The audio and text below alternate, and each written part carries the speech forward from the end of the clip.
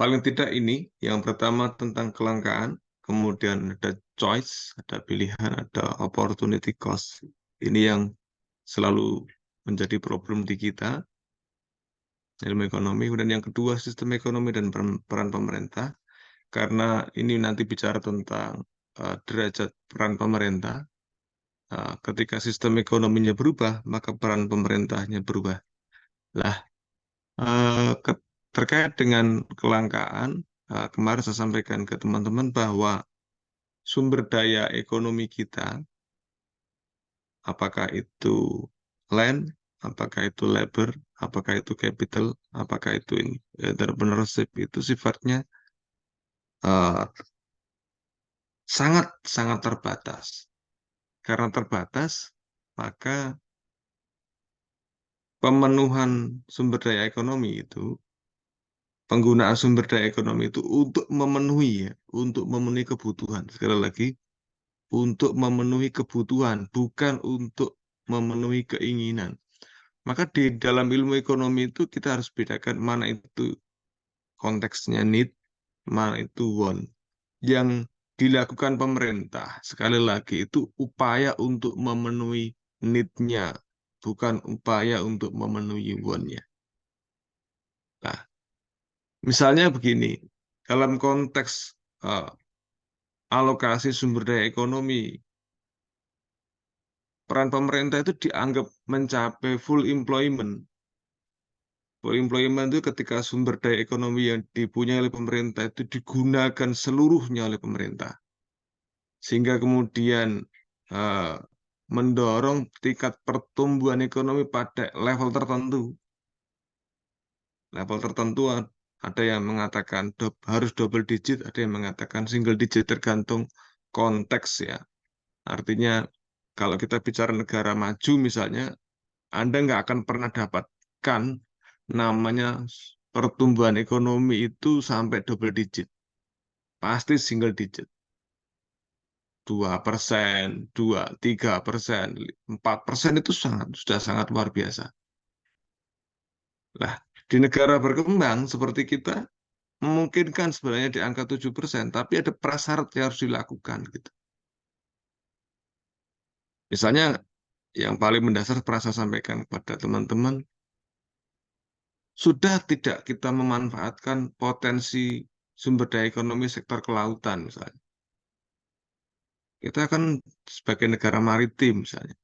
Tapi faktanya kita nggak bisa, belum mendeteksi secara mendalam sebenarnya potensi sumber daya ekonomi di sektor maritim itu apa saja gitu. Nah, itu menjadi daya dukung kita untuk mengoptimalkan pertumbuhan ekonomi kita. Atau misalnya kalau sekarang kita meyakini bahwa knowledge itu adalah bagian dari sumber daya ekonomi yang uh, terbarukan, artinya dia menjadi sumber daya ekonomi yang selalu akan hadir gitu kan. Karena basisnya adalah uh, manusia sebagai sumber untuk pertumbuhan ekonomi. Maka mengembangkan ekonomi kreatif itu pilihan yang paling rasional sebagai pusat pertumbuhan ekonomi kita ke depan gitu. Pertanyaannya adalah berapa persen jumlah penduduk kita itu yang sudah memaksimalkan knowledge-nya untuk mendorong pengembangan ekonomi kreatif. Jadi misalnya di awal kepemimpinan Mas Fali, Mas Gibran itu pernah men-challenge UNS itu untuk menghasilkan 10 gamer. 10 gamer yang produk gamernya itu, produk gamesnya itu laku di pasar produk lokal dulu. Artinya di Solo maupun di luar Solo, di Indonesia, ketika game itu di launching, maka dia seperti produk-produk lainnya kayak laku terserap di market. Gitu. Artinya ada pengguna yang jumlahnya meningkat signifikan. Nah, basis dari itu kemudian harapannya game menjadi sumber untuk peningkatan pendapatan pajak daerah gitu misalnya. Dan itu ternyata nggak ada yang berani gitu. Jadi satu gamer dialokasikan 3 miliar. 10 gamer dialokasikan 30 miliar gitu. Artinya dengan per games yang dialokasikan itu adalah 3 miliar. Siapa yang berani? Dengan catatan tadi, games yang dihasilkan memang apa mendapat respon yang bagus di market. Jadi bukan pendekatan uh, pendekatan uh,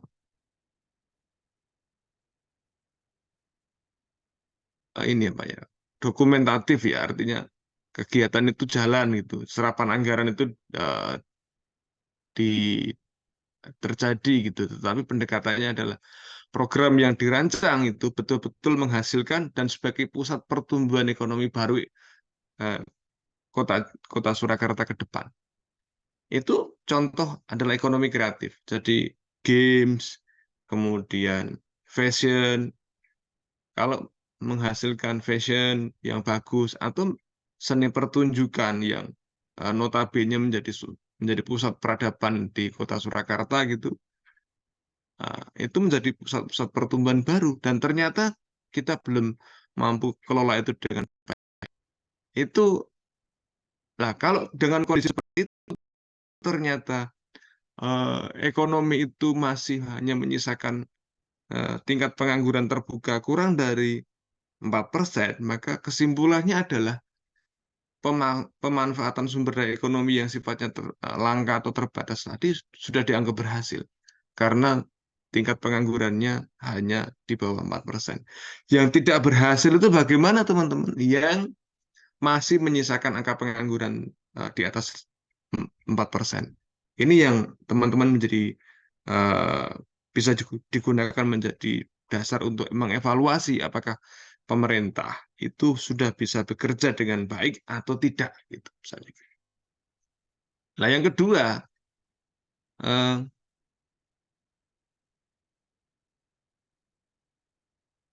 kalau teman-teman perhatikan di data yang dikeluarkan oleh BPS kita bahwa 3 sektor yang menjadi pusat pertumbuhan, menjadi sumber pertumbuhan ekonomi kita ke depan itu adalah sektor industri pengolahan, kemudian sektor eh, eh, perdagangan ya, perdagangan besar kecil dan eceran, dan yang ketiga itu adalah sektor pertanian, kehutanan, perikanan. Lah, berarti sebenarnya sumber daya ekonomi kita di sektor pertanian itu menjadi modal besar. Sehingga kemudian policy yang diambil, misalnya hari ini kita bicara tentang harga beras, tadi di pertemuan sebelumnya di kelas masa ekonomi itu ada riset kecil yang yang apa menguji gitu harga kenaikan beras itu di Solo Raya di angka sekitar berapa ribu gitu eh, di outlet-outlet besar ya. Diri itu ternyata sekitar angkanya rupiahnya sekitar 4.000 3.500 sampai dengan 5.500 gitu. Range-nya begitu. Jadi kenaikan harganya di angka itu dari harga dasarnya gitu. Misalnya harga dasarnya ketemu angka 13.000, dia bisa di angka sekitar 16.500 itu paling rendah gitu kenaikannya. Nah, evaluasinya adalah ternyata kenapa bisa seperti itu gitu. Ternyata ada rantai pasokan yang terkendala. Jadi produksi sektor pertanian itu menjadi masalah. Mengapa produksi pertanian masalah? Ternyata sentra-sentra penghasil sektor pertanian, intervensi kebijakan ekonominya terbatas gitu misalnya. Tadi ditemukan misalnya, petani kita itu rata-rata hanya punya lahan 0,5 hektar. Apakah itu di Boyolali, apakah itu di Karanganyar, yang seperti Lumbung Pangan Sukoharjo itu di angka-angka 0,5 hektar. Nah, nggak cukup itu. Sementara laju untuk alih fungsi lahan itu sekarang cukup tinggi, gitu. Nah, ini yang jadi makin menguatkan kita ke depan, tren harga pangan itu akan makin besar meningkatnya, gitu. Nggak ada pilihan lain. Ya cuma tadi ada diskusi kita. Kalau ada impor gitu, impor pangan beras dalam jumlah besar untuk komoditas beras tadi masuk ke pasar Solo Raya, itu bisa mengurangi harga beras sampai berapa rupiah gitu dari hanya seharusnya gitu. Maka tadi bisa menurunkan harga di angka 1.500 sampai 2.500. Jadi misalnya harganya tadinya harusnya 16.500, paling rendah itu bisa turun di angka sekitar 16.500 dikurangi 1.500, 15.000. Misalnya gitu. Dalam jangka pendek itu kalau diizinkan misalnya impor gitu. Atau kalau maksimum batas atasnya turun 2.500. Berarti 16.000 dikurangi 16 dikurangi 14.000. 14.000 adalah harga wajar setelah kemudian terjadi peningkatan impor beras masuk ke pasar industri beras di kota Solo Raya misalnya. Ini yang jadi evaluasi ketika masuk. Kesimpulannya adalah lagi-lagi kebijakan impor menjadi penyelamat kita untuk menekan laju inflasi di komoditas yang namanya beras. Ini masuk kategori volatilitas food ya. Beras itu masuk volatilitas. Nanti akan sama ketika menjelang Lebaran, yaitu namanya volatilitas food untuk komoditas namanya daging. Daging, kemudian telur gitulah. 2 tahun yang lalu saya sudah sampaikan ke Bank Indonesia gitu. Supaya mata rantai untuk distribusi telur dan daging itu di apa di, diperpendek gitu. Ternyata harga telur bisa lonjakannya tinggi itu uh, ada permainan di sana. Telur itu dari produksi Karanganyar itu bisa sampai Semarang dulu itu masuk Solo lagi gitu. Saya kaget itu. Jadi diputer-puter itu tangan pertama, tangan kedua, nah, tangan ketiga akhirnya masuk Solo lagi dan ketika masuk Solo lagi harganya naiknya tajam. Nah, itu namanya rantai pasokannya untuk distribusi yang harus diperpendek gitu.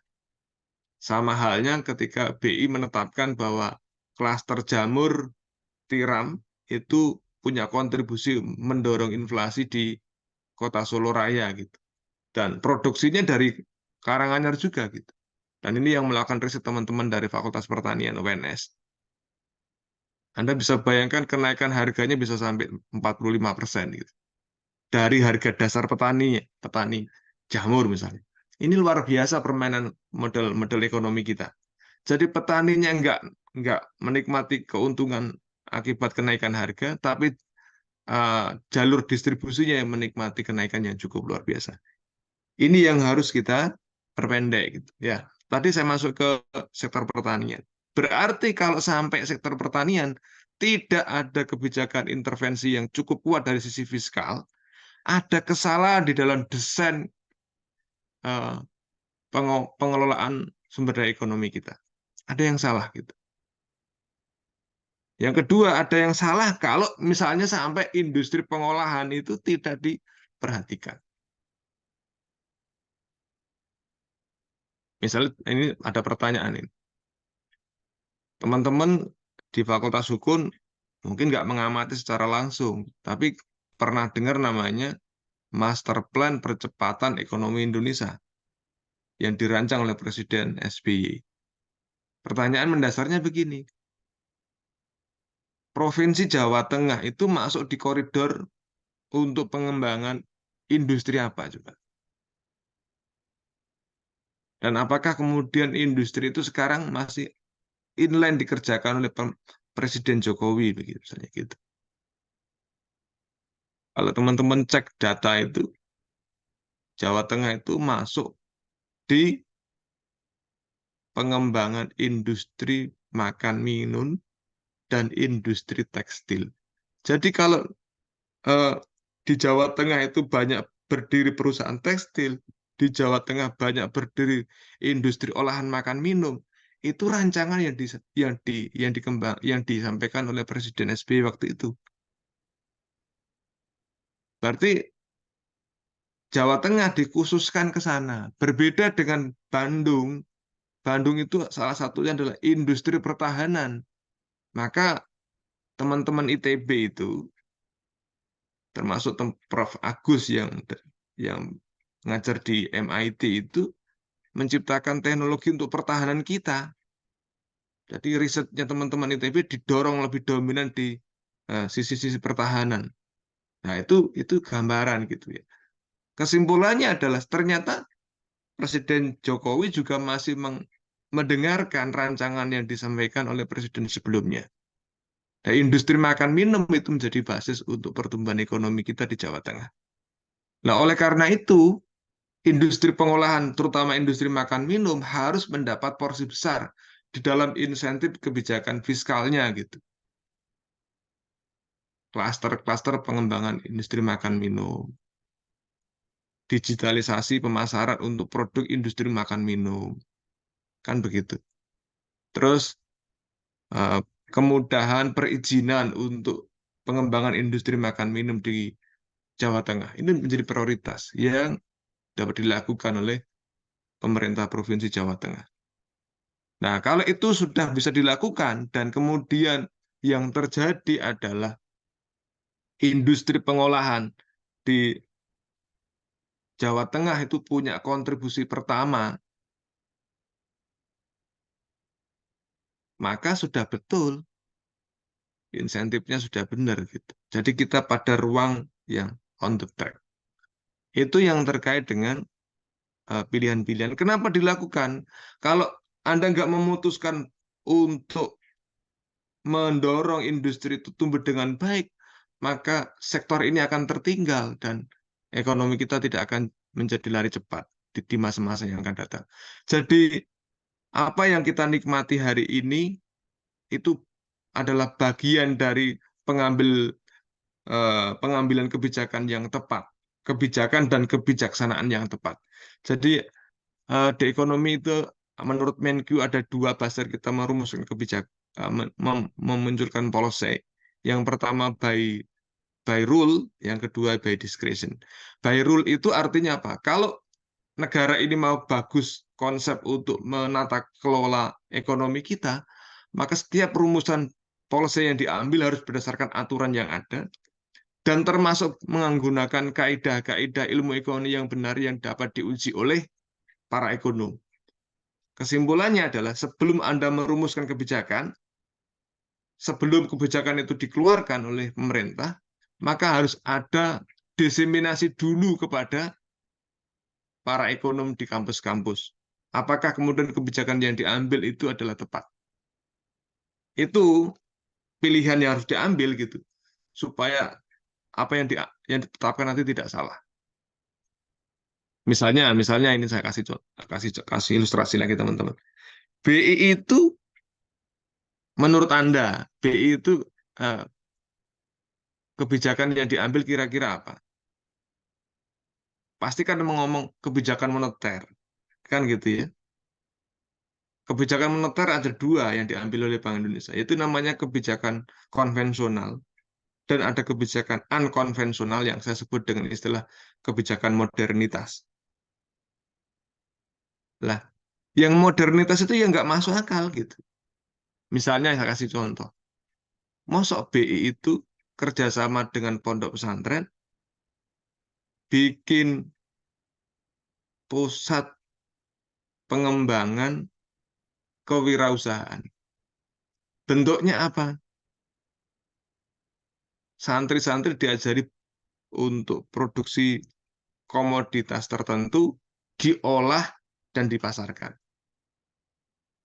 Nah, apa hubungannya dengan stabilitas harga? Ternyata yang seperti ini itu dirancang oleh BI untuk komoditas yang berdampak pada peningkatan inflasi. Dia menggunakan kebijakan unkonvensional. BI Solo membentuk klaster pengembangan peternakan sapi di Boyolali. Mosok kerjanya di mana? Bank Indonesia. Di bagian apa? Sapi, Pak.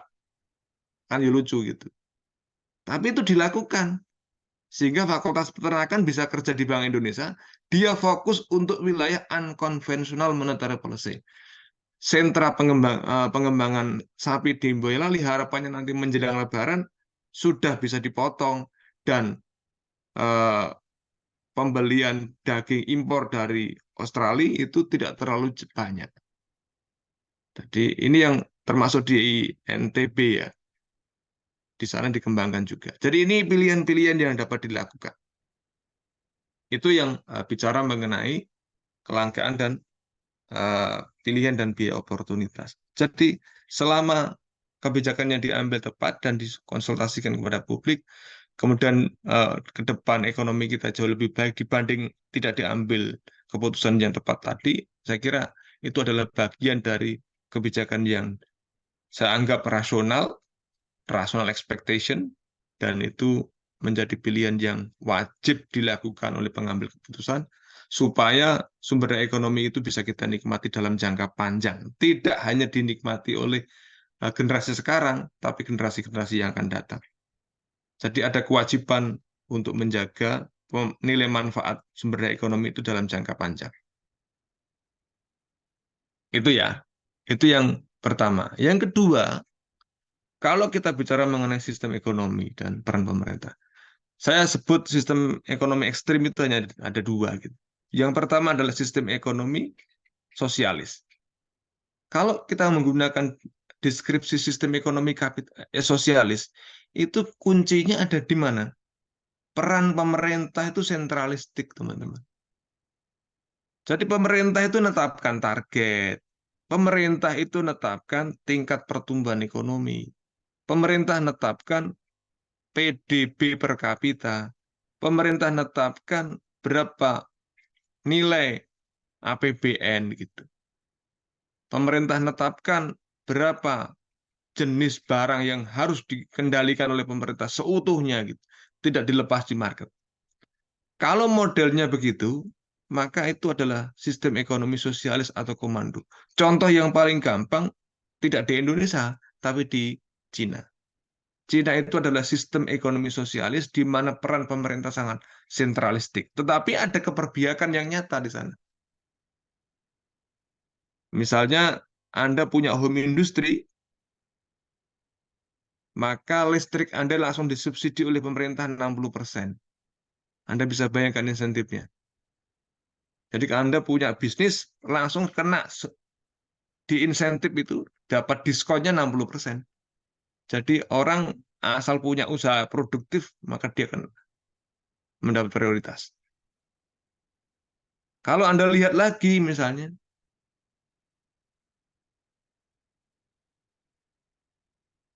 wilayah untuk pengembangan bisnis, zonasinya itu ditetapkan.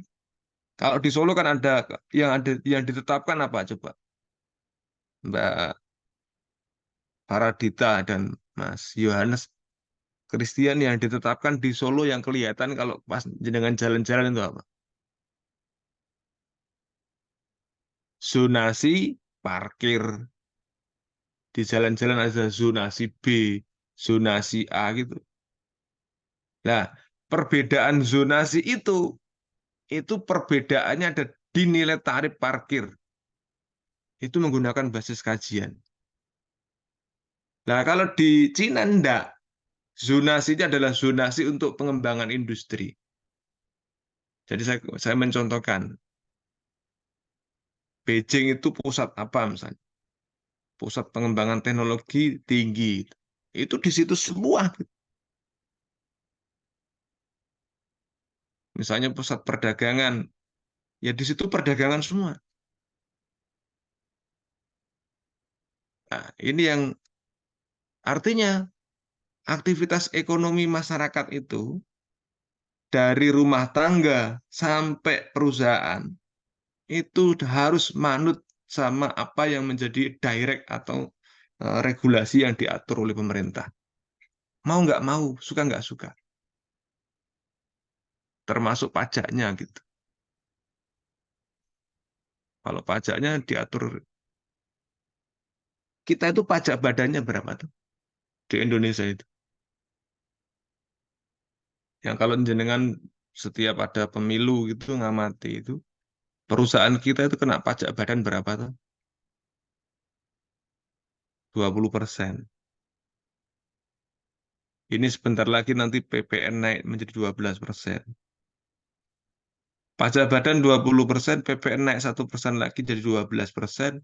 Itu pun saya menjamin belum mencapai tax ratio angkanya 15%, teman-teman.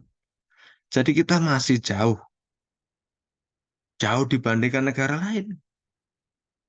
Cuma nanti yang jadi soal adalah apakah masyarakat kita itu sudah mulai ngeh bahwa di balik fasilitas yang dia nikmati itu harus ada kontribusi yang dia bayarkan yang disebut dengan pajak. Maka setiap barang publik yang dihasilkan oleh pemerintah dari hasil penggunaan APBN itu bersifat free rider.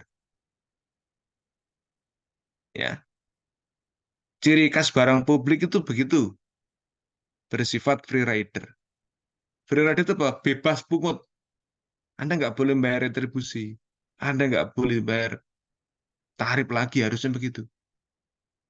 Kalau sudah masih menggunakan tarif, ada kemungkinan. Jadi ini ini ini apa diagnosa sederhana yang bisa Anda lakukan. Kalau itu masih menggunakan tarif, kalau Anda menggunakan barang publik itu, kemungkinan besar sumber pendanaan untuk menghasilkan barang publik itu adalah dari skema pembiayaan atau hutang bunga murah. Ini yang yang terjadi biasanya begitu gitu. Makanya yang nggak usah kaget. Tapi hampir semua negara punya utang lah, nggak ada yang nggak punya utang. Cuma rasionya yang jadi perhatian. Saya sudah sampaikan ke kelas Anda juga, dan saya wanti-wanti juga ke teman-teman DPR sama DPR di Jawa Tengah, terutama periode kemarin, threshold kita itu hanya 24% dari PDB utang kita. Karena likuiditas kita ada masalah. Kita sekarang sudah 42%. Jadi tinggal tinggal 8%. Kalau sampai 50%, eh, ambang batas hutang kita terhadap PDB itu dilampaui, saya meyakini potensi krisisnya tinggi. Dan saya berharap Anda pas lulus tidak terjadi krisis, gitu maksud saya. Gitu. Kalau sampai terjadi krisis kan kita flashback seperti 1998. Sulit mencari pekerjaan lagi. Jadi krisis yang ditimbulkan karena kelebihan beban utang. Maka indikatif berikutnya yang harus kita baca adalah negara mewariskan utang berapa, likuiditas yang terjaga atau tidak, kemampuan bayar utangnya jangka pendek, jangka menengah, jangka panjangnya bagus atau tidak. Kalau enggak, maka resiko risk country-nya makin naik, potensi terjadinya krisisnya makin tinggi. Terutama kalau utang itu, setelah jalur utang itu kena, maka stabilitas di mata uang yang disebut dengan currency krisis. Jadi kalau utangnya kena, nanti yang kedua berikutnya adalah mata uangnya akan bergerak sangat volatil dan potensi terjadi krisis bisa dipicu dari utang dan instabilitas nilai tukar rupiah terhadap mata uang lain. Ini yang jadi perhatian kita. Itu kalau adalah menggambarkan bagaimana sistem ekonominya adalah sosialis. Jadi directnya peran pemerintahnya sangat kuat. Yang kedua adalah sistem ekonomi kapitalis. Sistem ekonomi kapitalis secara eksplisit memberikan keleluasaan sepenuhnya kepada individu maupun perusahaan untuk melakukan aktivitas ekonomi dan pengakuan atas kekayaannya gitu. Ya. Ini yang menjadi nah ini makanya saya pernah gujal begini. Kalau Anda menggunakan sistem ekonomi kapitalis murni gitu, ya enggak. Kalau ada istilah munculnya 9 naga, ya itu wajar gitu maksud saya. 9 naga, 10 naga, atau bahkan 20 naga ke depan itu. Sah-sah saja kan. Karena kebebasan individu maupun perusahaan untuk meng-create sumber daya ekonominya, menghasilkan keuntungan, tumbuh dengan cepat, kemudian mengkapitalisasi keuntungan itu menjadi aset. Aset itu dilakukan rekayasa lebih lanjut gitu, pembentukan pembentukan holding company misalnya. Ada perusahaan induk, ada anak perusahaan gitu yang beragam, maka kemudian menjadi kuat. Dan hal itu hal wajar kalau menggunakan sistem ekonomi kapitalis. Jadi kalau sekarang muncul 9 naga, 10 naga, 20 naga, atau ke depan menjadi 25 naga, sah-sah saja. Dan kalau itu terjadi berarti kita mengatakan begini, siapa yang bisa mengambil momentum untuk mengcreate sumber daya ekonomi menjadi pendapatan dan tumbuh secara eksponensial, saya menggunakan tidak lagi linier, eksponensial, dia berpotensi untuk menjadi konglomerat di Indonesia. Tapi kalau enggak, maka jadi penonton. Jadi di ekonomi kapitalis itu individu Anda memilih jadi pelaku bisnisnya atau Anda jadi penontonnya kan gitu. Penonton artinya oh, yuk, terlibat bisnis tapi di direct orang lain gitu.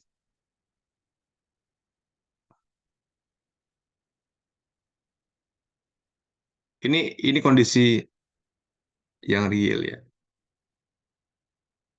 Tetapi Anda harus ingat kalau mengharapkan kenaikan pendapatan secara eksponensial, maka Anda itu menjadi pelaku bisnis di level individual maupun komunitas dengan PT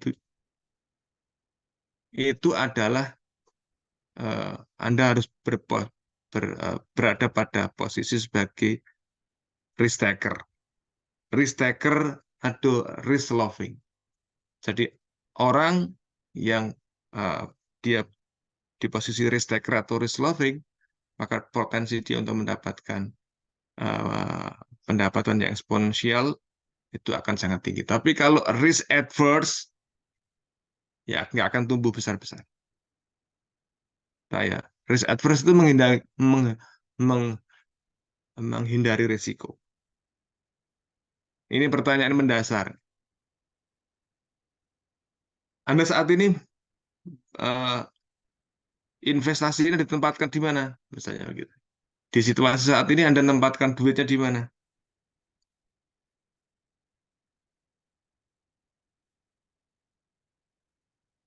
Kalau menurut Anda menempatkan duitnya di mana?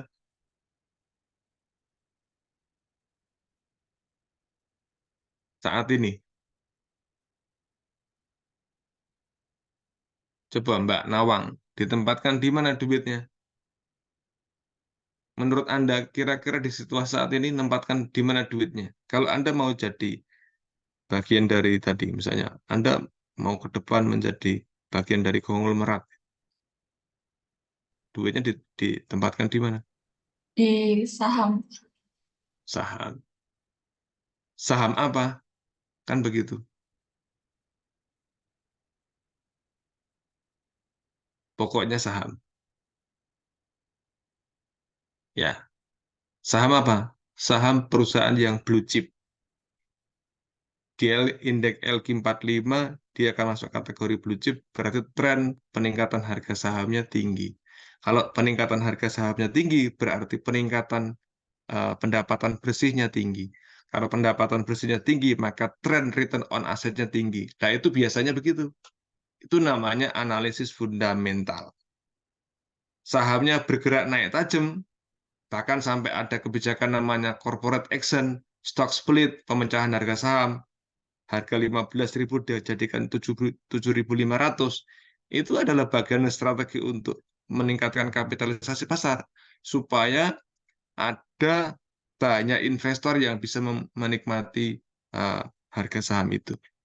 Jadi tidak hanya orang-orang yang punya duit, karena kalau 15.000 per satu lembar, sekarang satu lotnya adalah 100 misalnya, 100 dikalikan 15.000, 1,5 juta kan? Misalnya begitu. Nah, kalau hanya 7.500, 750.000 kan begitu. Sudah punya saham satu lot. Karena satuan transaksi di saham itu adalah per lot. Anda belinya berapa lot gitu.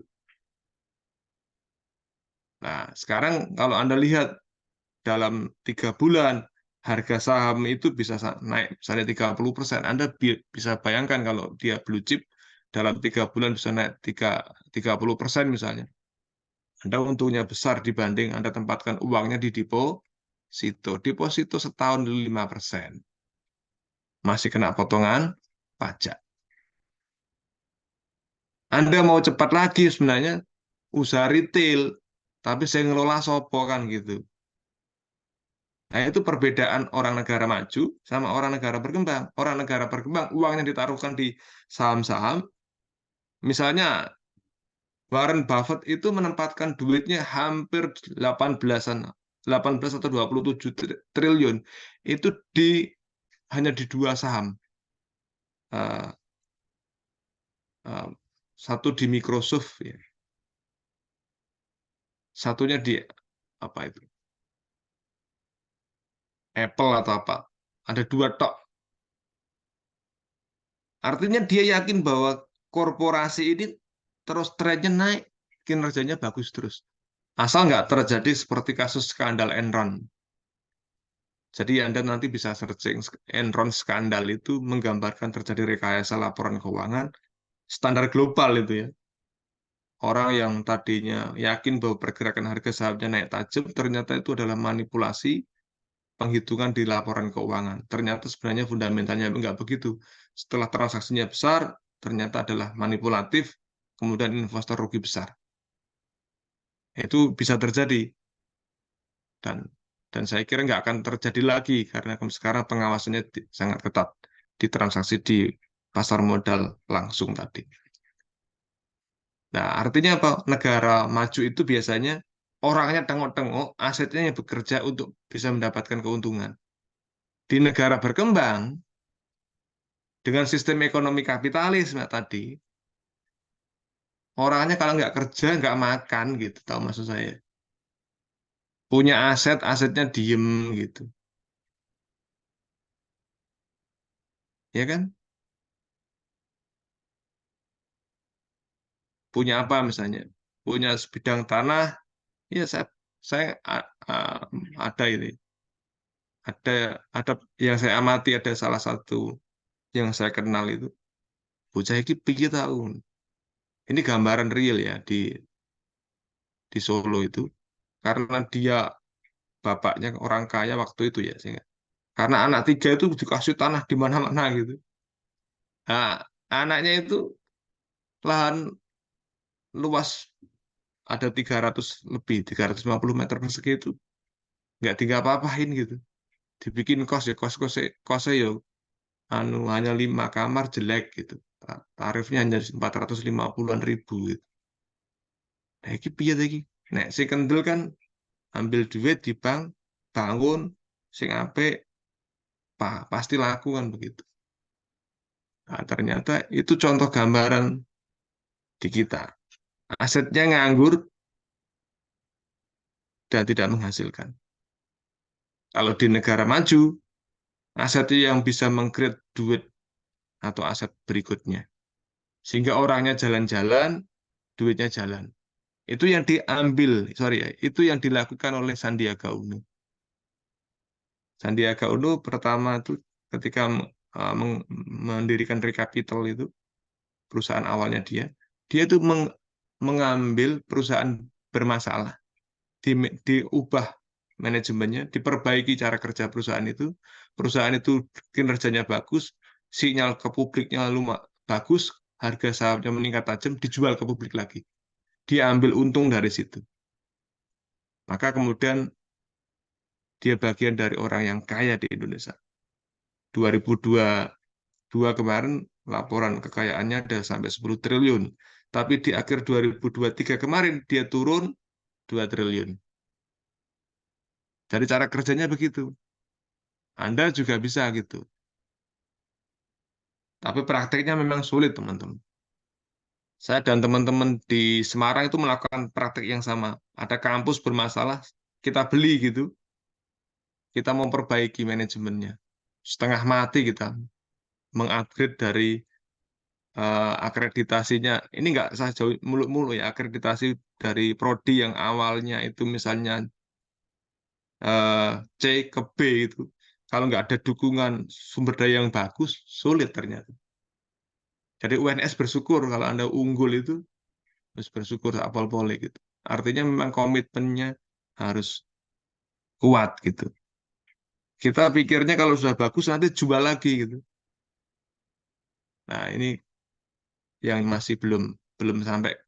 Bayangan saya kalau bisa mencapai swasta ya, ini swasta, kampus swasta. Bisa sampai seperti ATMI saya jual.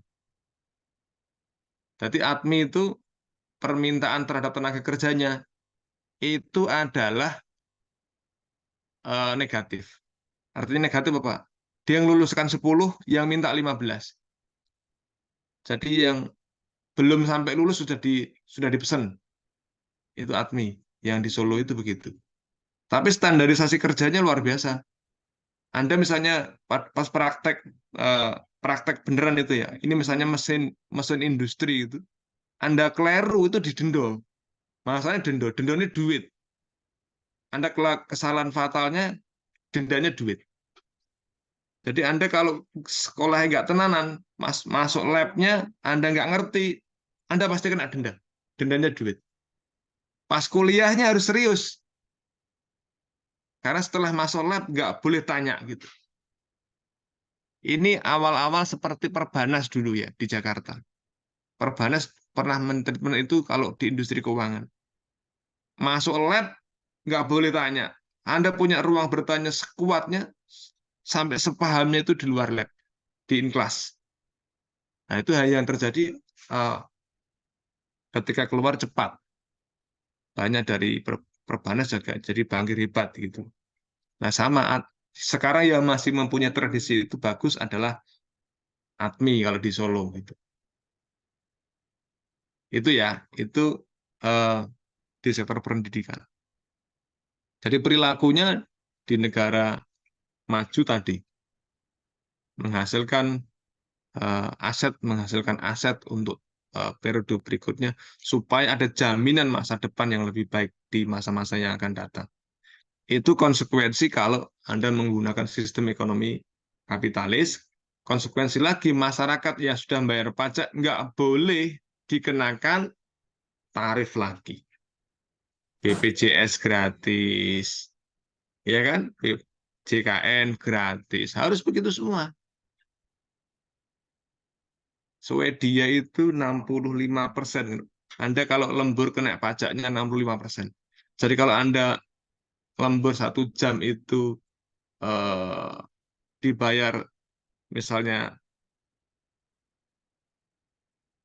200.000 dirupiahkan 1 jam, maka 65%-nya masuk ke negara. Yang bersangkutan hanya dapat bagian 35%. Kenapa diciptakan begitu dengan sistem ekonomi kapitalis tadi? Selain Anda diminta untuk menjadi motor pembangunan, Anda juga nggak boleh keluarganya hancur gitu. Karena dengan pajak lembur tinggi tadi, orang nggak akan mungkin lembur. Ya kan? Saatnya pulang-pulang. Jam 5 itu pulang, harus sampai rumah pulang. Karena menggerakkan ekonomi nggak hanya dari sisi kapital doang, tapi orangnya yang labornya bagus, rumah tangganya harus bagus. Itu disadari betul. Bahkan kalau yang Muslim, Muslim itu ini ya, yang Muslim ada banyak atau ini? Ini yang namanya Islam siapa ini? Kelihatan Islami tak tanya ini. Kemungkinan Islami. Zalfa Hania Alia gitu. Namanya kan Zalfa gitu. Mbak Zalfa, ya. Mbak Zalfa, perempuan itu kalau di Islam sebenarnya prioritasnya bekerja, atau ibu rumah tangga?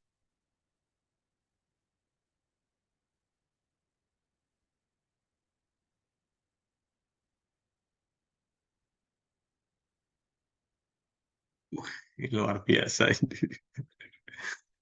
Nggak, secara konseptual sebenarnya perempuan itu nggak bekerja. Perempuan itu menyiapkan generasi. Ini di Islam loh ya, yang saya paham. Perempuan itu menyiapkan generasi berikutnya lebih kuat. Maka sentuhan ibu itu sangat menentukan masa depan anaknya. Kasih sayang, perhatian, dukungan, moralitas itu, maka apa itu, pendidikan pertama bagi anak itu ibunya gitu. Ibunya cara mendidiknya bagus, jadi anak yang bagus. Ya, nah ada riset ini bukan kemudian saya berarti Pak Ju anu pro nggak pro kesetaraan gender, bukan maksud ini hasil risetnya begitu. Hasil risetnya adalah kalau anak itu dibesarkan oleh ibunya all out tanpa ada beban mencari nafkah oleh wanita, maka ternyata anaknya jauh lebih kuat suksesnya dibanding yang dibesarkan oleh ibu yang sambil kerja. Itu ada riset long term, jangka panjang. Kita lakukan itu gitu. Dan itu terbukti. Berarti orang-orang yang ibunya tidak benar-benar tidak kerja, hanya ibu rumah tangga, hanya fokus gede anaknya, rata-rata anaknya lebih sukses dibanding yang ibunya adalah sambil kerja untuk membesarkan anaknya. Dan kesimpulannya generasi setelah generasi generasi yang akan datang itu lebih kuat kalau orang tua, terutama ibu, tidak bekerja dibanding yang ibunya sambil bekerja. Ini Mbak Salva, jadi bukan nanti terus berarti Pak Ju anu, eh, menggunakan Islam, eh, apa itu Islam, bukan Islam moderat tapi Islam fundamentalis itu. Kadang-kadang kan kalau nggak sepakat itu fundamentalis begitu ya. Tapi itu riset bisa dibuktikan. Kami bisa membuktikan itu dan itu ada datanya gitu. Dengan long term tadi. Jadi yang lebih sukses itu adalah ternyata wanita yang dalam rumah tangganya dia tidak dibebankan untuk memikirkan ekonomi, dicukupkan oleh suaminya, dia hanya fokus membesarkan anaknya, memimpin mendidik anaknya bersama suaminya untuk menyiapkan generasi yang akan datang lebih baik. Nah, itu itu riset ya, dan itu terbukti. Oke, ini yang dari sisi sistem ekonomi eh, kapitalis. Sistem ekonomi kita, sistem ekonomi Pancasila. Jenengan renungkan sendiri ya. Sistem sistem ekonomi Pancasila, Pancasila itu jenengan renungkan dewi. Eh, apakah sudah sesuai atau belum? Oke ya. Nah, saya kira ini hal dasar tadi. Anda bicara, tadi saya bicara beras macam-macam sudah ya. Kita apakah butuh beras, butuh macam-macam gitu. 9 bahan pokok yang harus dihasilkan apa? Cara menghasilkan 9 bahan pokok tadi bagaimana? Siapa yang menikmati atau siapa yang menghasilkan 9 bahan pokok itu? Jadi apa yang harus kita hasilkan? Bagaimana cara menghasilkannya? Siapa yang menghasilkan? Itu berkaitan dengan tadi sistem ekonomi. Ya, sentralistiknya di sana. Nah, di ini teman-teman, saya sampaikan, saya selalu ngulang berkali-kali di sini. Saya berharap ke depan eh, model ekonomi yang kita bangun adalah model ekonomi PDKT, produksi, distribusi, konsumsi terintegrasi. Itu itu yang saya harapkan gitu. Karena selama kita jadi pasar bagi negara lain, selama itu juga eh, harga akan dikendalikan oleh negara lain.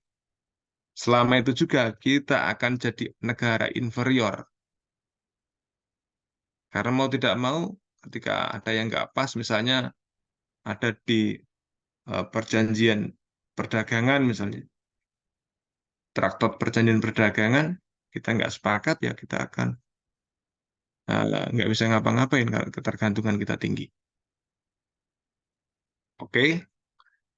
Eh, Berikutnya ini konsep-konsep ya teman-teman hanya pahami saja. Kapital, faktor produksi, produksi. Jadi kalau ini nanti saya hubungkan dengan kalau teman-teman ingin menjadi negara maju, negara kaya, yang dibangun adalah sisi kapital. Barang yang diproduksi untuk digunakan lagi, ya, oleh sektor lain. Jadi misalnya begini, saya sebut barang setengah jadi, barang seperempat jadi, barang setengah jadi itu kapital. Pertanyaannya seberapa ini misalnya sederhana saja. Di Jawa Tengah tadi, untuk sektor industri makan minum, berapa jumlah perusahaan yang menghasilkan barang kapital?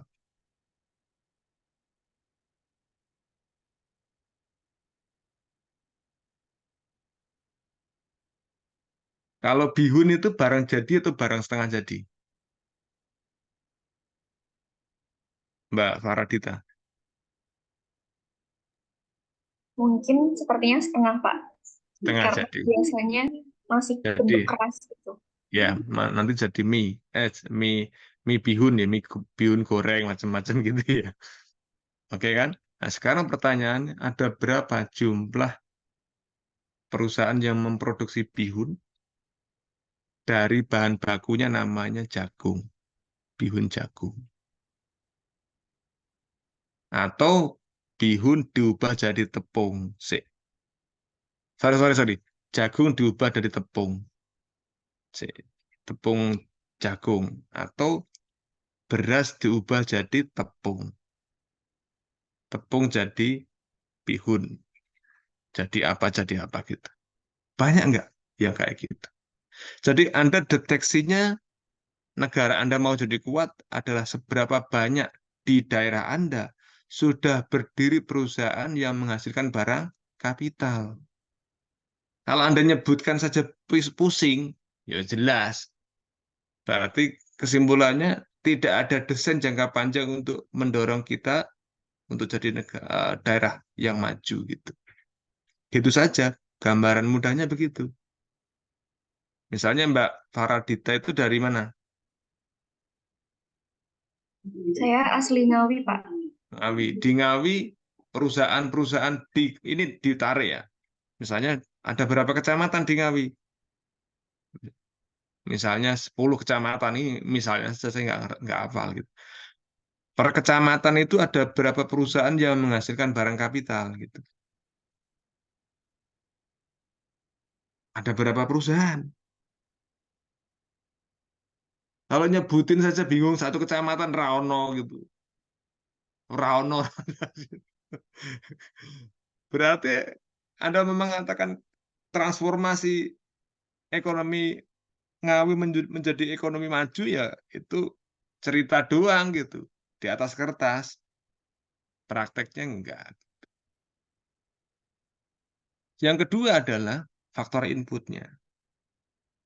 Bagaimana Anda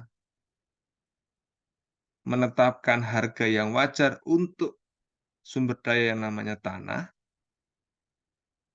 ya, kemudian sumber daya yang namanya tenaga kerja, dan sumber daya yang namanya modal. Ini yang kapital di sini maksudnya adalah modal beneran gitu. Ya, tadi barangnya ini adalah kapital beneran. Kapital ada di pasar keuangan. Ini yang menjadi penentu faktor produksinya.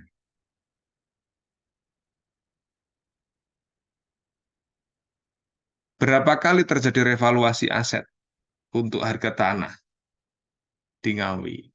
Mas Yohanes dari mana? Dari Bekasi, Pak. Dari Bekasi. Mas Yohanes, berapa kali Anda melihat terjadi revaluasi nilai aset tanah di Bekasi? Jadi ngeceknya revaluasi aset tanah dari mana, teman-teman? Di BPN, Pak, Badan Pertanahan Nasional. Ya, ceknya dari itu apa? Berapa perubahan pajak yang dibebankan? Pajak tanahnya itu loh, Mas. Kalau PBB-nya naik, berarti ada perubahan harga aset tanah itu, ada revaluasi asetnya kan gitu. Kan ada nilai jual objek pajak, Nah, ya kan? Nah, NJOP-nya. Itu dasar untuk pengenaan pajak. Nah, NJOP dasarnya revaluasi harga aset menggunakan harga pasar. Nah, itu dari tahun Belanda, zaman penjajahan Belanda sampai sekarang nggak direvaluasi, ya pajaknya kecil terus. Maka pajak PBB terus 30 tahun mau 5.000 terus misalnya gitu. Anda mah akan temu itu di Wonogiri, pajak PBB masih ada yang 3.500, 5.000 gitu misal, untuk daerah-daerah tertentu. Nggak ada revaluasi. Maka kuncinya di sana. Anda mau dorong naik tajam, bagaimana untuk faktor produksi aja nggak Anda perhatikan. Ini contoh ya. Ada appraisal baru atau revaluasi aset baru. Yang ketiga adalah tadi yang namanya kapital. Pasar keuangan Anda bagaimana?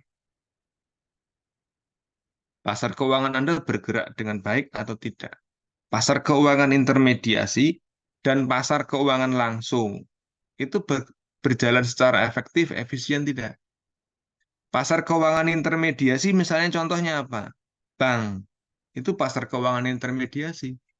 Sejauh mana lembaga keuangan perbankan itu bisa fasilitasi untuk mendorong peningkatan akses permodalan bagi pelaku pasar, pelaku usaha. Ya, ini penting. Dan harga atas kapital tersebut. Suku bunganya bagaimana? Jadi kalau misalnya Anda mau menjadi negara maju, harganya nggak usah mahal-mahal, tapi perputarannya cepat. Gitu ya. Jadi uangnya itu nggak usah dihargai mahal-mahal, tapi perputarannya cepat. Pinjam maksimal 2 tahun, bunganya cuma 3%. Tapi harus dengan kondisi lancar, misalnya begitu. Nah, kalau seperti itu kan anu eh, kita mendorong pertumbuhan ekonominya lari cepat karena dengan tambahan kapital itu tadi angka produksinya akan naik secara signifikan. Jadi pasar keuangan intermediasi dilihat dari namanya rasio LDR dan rasio NPL. Coba di searching teman-teman. Rasio LDR itu apa? Sama rasio NPL.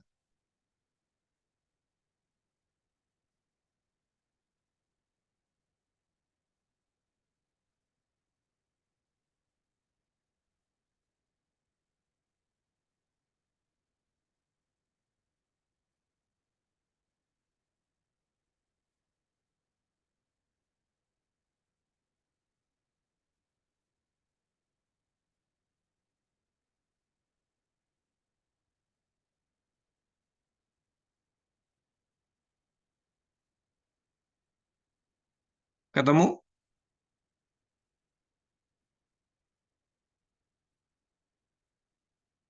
Mbak Nurlita Pratiwi? Ketemu?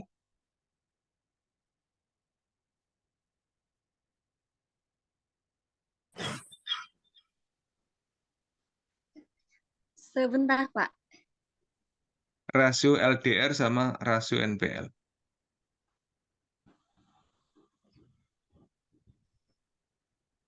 Teman-teman silakan presensi ya. Di OJW sudah saya buka. Jangan lupa ya.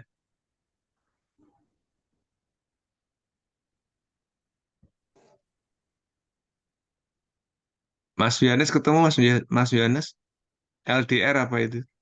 Saya ketemu, Pak. Di sini dikatakan definisinya LDR atau loan to deposit ratio merupakan rasio pinjaman terhadap simpanan yang kerap digunakan dalam menilai likuiditas bank dengan cara membandingkan antara total simpanan dan total pinjaman di bank dalam suatu periode yang sama.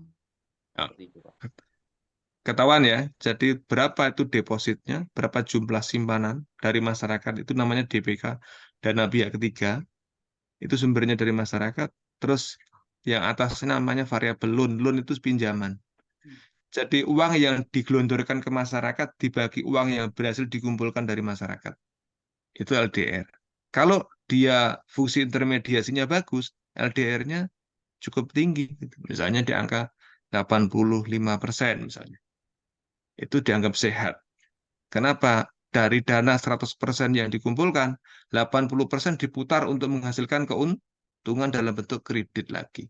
Cuma ada tambahannya, LDR yang bagus harus diikuti dengan rasio namanya NPL. Apa itu NPL? Non-performing loan. Kredit yang disalurkan harus kinerjanya baik. Berarti yang bermasalah hanya 2,5% misalnya. Berarti ngasih pinjaman 100 juta, yang 97,5 juta jadi pendapatan, berapa bunganya? 10% berarti 9,7 juta. Yang bermasalah 2,5%, 2,5 juta.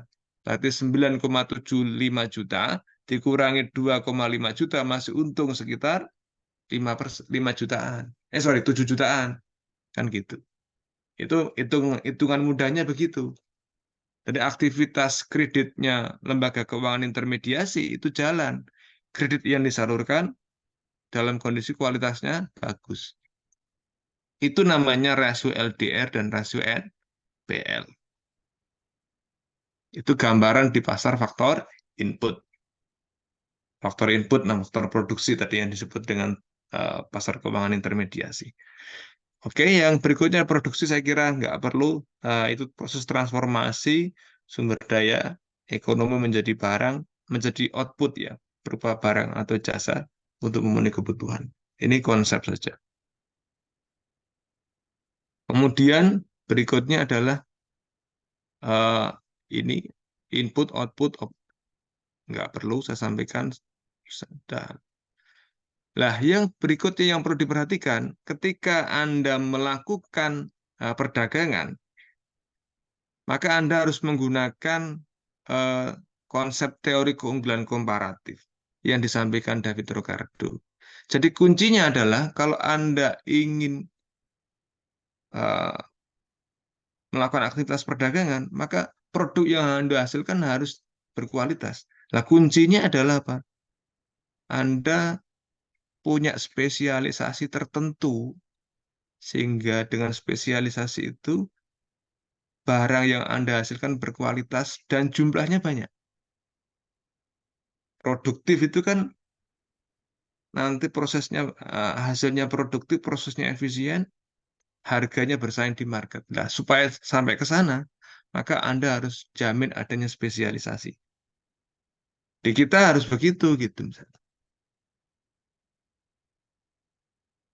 Kalau sama-sama pertanian, spesialisasinya yang tenaga kerja di sektor pertanian di Wonogiri sama di Karanganyar, bedanya di mana? Kan gitu. Nanti hasil pertanian dijual diperdagangkan di Wonogiri, hasil pertanian Wonogiri diperdagangkan di Karanganyar. Hasil pertanian di Karanganyar diperdagangkan di Sukoharjo dan sebagainya. Nah, kuncinya adalah di eh, kita mendorong keunggulan komparatif. Jadi kalau kita nggak punya keunggulan komparatif, jangan berharap kita bisa menang dalam konteks perdagangan. Gitu.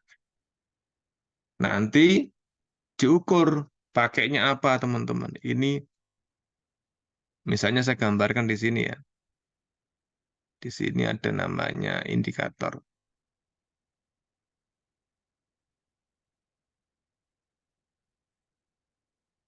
Ya, ini konteks perdagangan diukur. Kalau perdagangan kita itu adalah komoditasnya rempah, kemudian eh, ditransaksikan di Timur Tengah, Uni Emirat Arab misalnya. Maka yang mempunyai keunggulan komparatif itu yang mana? Yang nilai RCE-nya paling tinggi. Apa itu? Yang paling tinggi adalah bunga pala, rata-rata 121,2, ya kan? Kemudian yang kedua apa?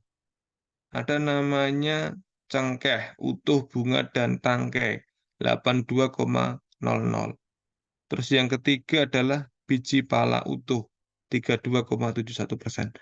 Basis riset ini, karena ini yang diserap di market di standar global, sudah bisa bersaing dengan negara lain, maka ini yang disampaikan ke apa petani kita di sektor eh, pertanian apa ini tanaman hortikultura ya, tanaman non pangan kan ini. Ada cengkeh, ada biji pala, ada bunga pala misalnya gitu. Berarti kesimpulannya Anda fokus eh, bikin pembibitan pala dan fokus pembibitan cengkeh. Yang lain tinggalkan saja kan gitu. Karena unggul Anda di sini. Jangan masuk ke yang lain. Kayu manis unggul tapi masih kecil. Ya, kapulaga itu apalagi misalnya 0,02 gitu. Nggak usah gitu. Petani kita didorong ke sana. Itu kalau kemudian kita meyakini dengan teori keunggulan komparatif yang disampaikan David Ricardo itu, dan sudah kita buktikan dengan transaksi perdagangan, hasilnya apa yang ketemu di lapangan, itu yang kemudian ditindaklanjuti dalam bentuk kebijakan. Petani kita jangan nandur kapulaga meneh gitu. Ya boleh nandur, tapi nggak dominan gitu. Dominanlah di cengkeh, dominanlah di bunga pala, pala, cengkeh dan pala saja gitu misalnya.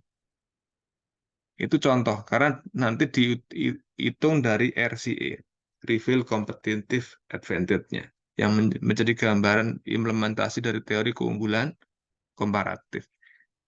Nah, sama nanti kalau di jasa apa? Kesehatan itu apa misalnya? Oke ya, eh itu yang teori keunggulan komparatif. Kemudian yang berikutnya ini gambarannya. Di gambaran ini teman-teman, sederhananya gini, Anda setelah melakukan perdagangan dengan spesialisasi, Anda harus dapat barang dalam jumlah yang lebih banyak. Semua barangnya harus dapat lebih banyak. Jadi kalau Anda mengatakan spesialisasi, Anda kok nggak dapat barang lebih banyak, percuma berarti gitu. Di semua, kalau tadi kita meyakini adalah pendekatan produksi, barangnya harus lebih banyak. Berarti tenaga kerjanya harus lebih produktif, penggunaan kapitalnya harus lebih produktif, berarti syaratnya apa? R&D-nya harus naik signifikan. Karena kalau penggunaan kapital, teknologi nggak Anda lakukan R&D, menghasilkan teknologi terapan yang tinggi, maka nggak mungkin bisa menghasilkan barang dalam jumlah banyak. Saya menggambarkan ekstrim saja gitu. Sehari membaca pakai kerbau itu dapat berapa ladang, berapa luas ya, berapa hektar lahan pertanian.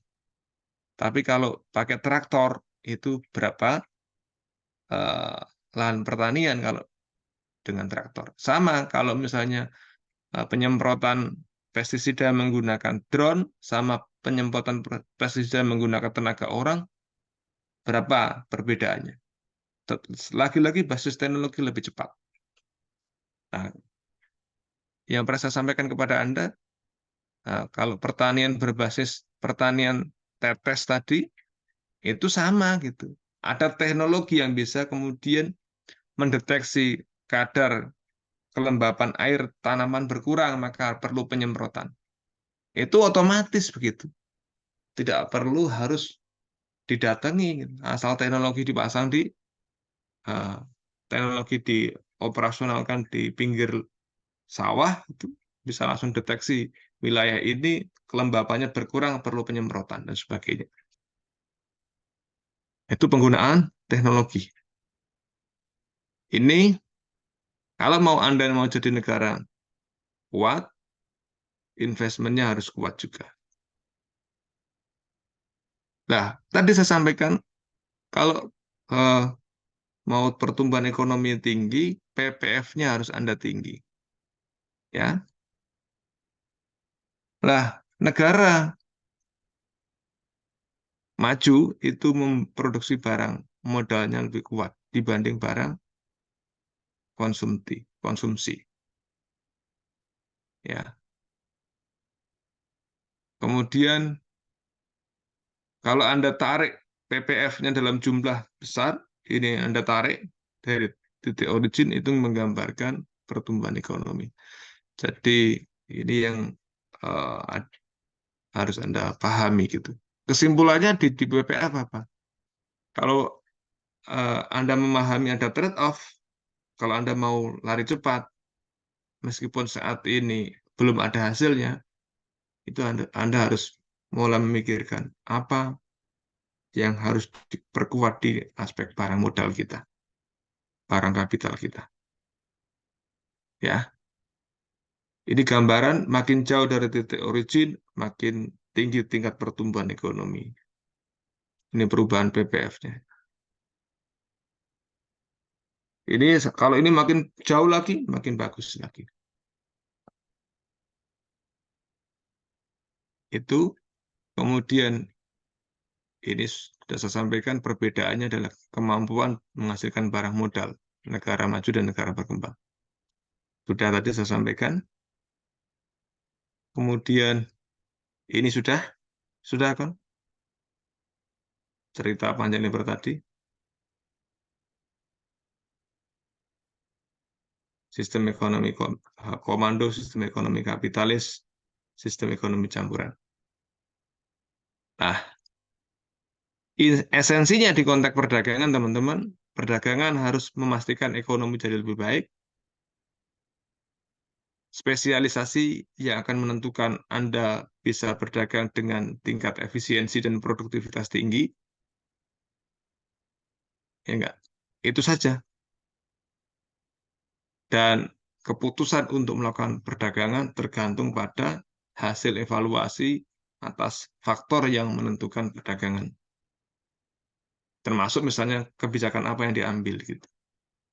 Jadi diingat ya, spesialisasi harus memastikan efisiensinya naik tinggi dan produktivitasnya tinggi, dan itu yang akan menentukan Anda bisa menang dalam konteks perdagangan. Kalau enggak, naikkan dulu spesialisasinya. Jangan berpikir lompat ya, langsung efisiensi.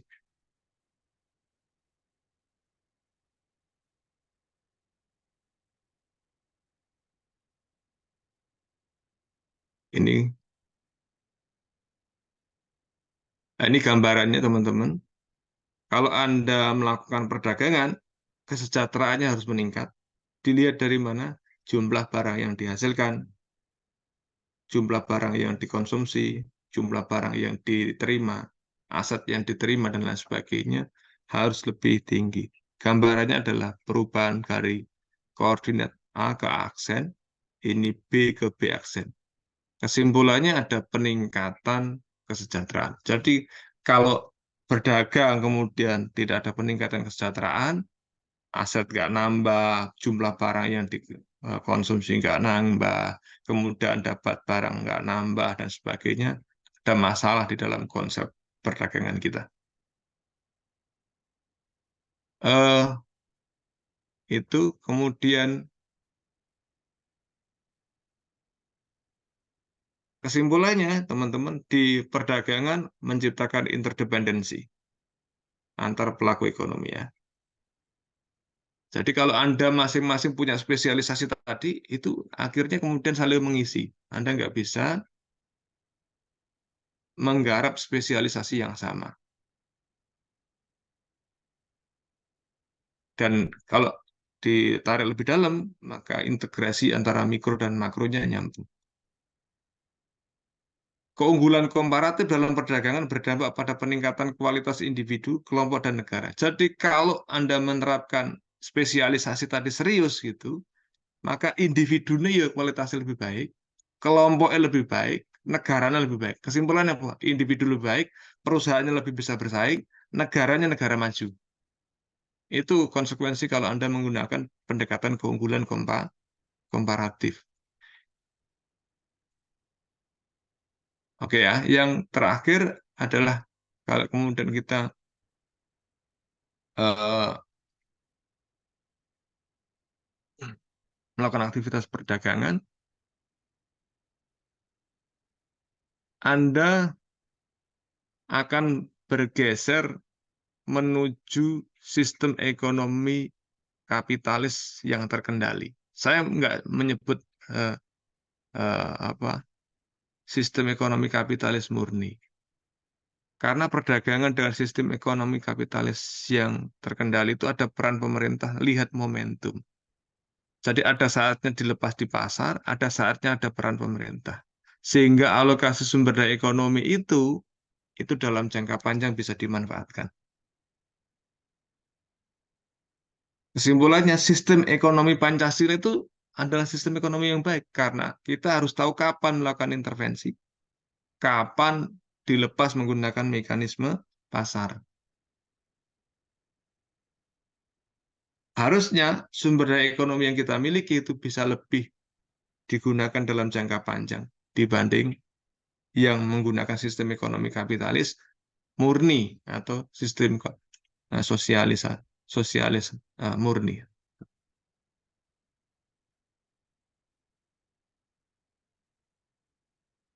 Ini mitra perdagangan kita, teman-teman. Ada Singapura, ada India. Kalau Anda lihat sekarang kita lebih condong dengan India, lebih condong dengan Jepang, Singapura makin kecil gitu. Tapi masuk 5 besar mitra perdagangan kita. Ya. Nah, artinya kita kalau ingin eh, kontribusi di sektor perdagangannya surplus, maka perhatikan ekspektasi dari mitra perdagangan kita dari 5 negara tersebut. Ya, jangan sampai Anda malah tidak ramah, dianggap tidak ramah terhadap pelaku pasar dari 5 negara tersebut.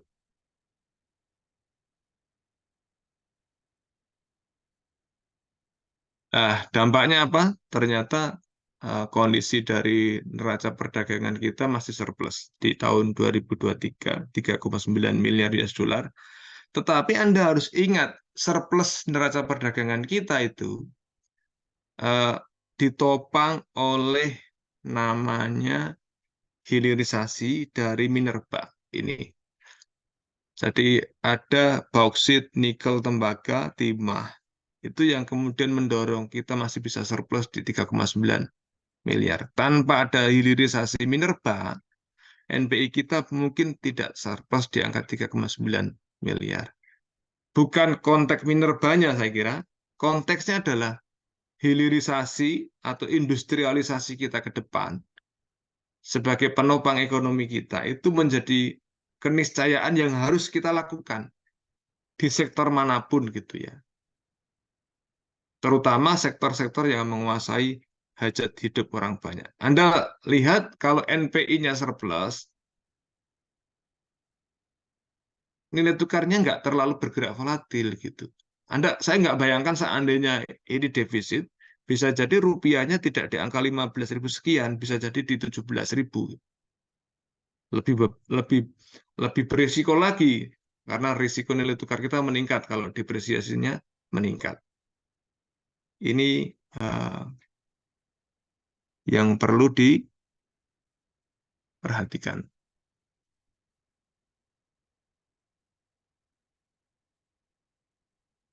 Ini sudah. Nah, sekarang Anda lihat. Tadi ada indikator untuk perdagangan, yang kedua ada pengaruh perjanjian. Regional Comparative Economic Partnership, RCEP, itu kerjasama ekonomi regional komprehensif. Ya.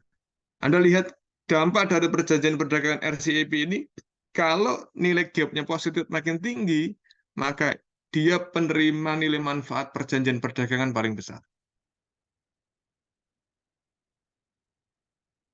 Indonesia berapa itu? Minus 0,3. Yang paling tinggi ternyata Laos. Ya kan? Jepang. Ini ada 15 negara yang terlibat di dalam. Nah, Jepang ketika tinggi, saya kira mengkonfirmasi riset yang saya lakukan bahwa kerjasama dengan negara berkembang maju itu cenderung yang diuntungkan negara majunya, bukan negara berkembang.